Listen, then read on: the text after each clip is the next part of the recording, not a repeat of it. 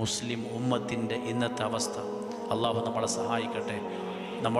നമ്മളിങ്ങനെ ഫലസ്തീനിലെ പലായനങ്ങൾ കൊണ്ടിരിക്കുന്നതിനിടയിൽ ഇപ്പോൾ നമ്മൾ കണ്ടുകൊണ്ടിരിക്കുന്നത് ഉത്തരാഖണ്ഡിലെ മുസ്ലിം സമൂഹത്തിൻ്റെ കിട്ടിയതും എടുത്തുകൊണ്ട് നാടുവിടുന്ന രംഗമാണ്.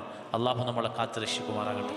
നമ്മളൊരിക്കലും നമുക്കൊന്നും അങ്ങനെ ഉണ്ടാകില്ല എന്ന് വിചാരിക്കില്ല. എല്ലാവർക്കും വേണ്ടി ദ്വാരക്കാം ആത്മാർത്ഥമായിട്ട്.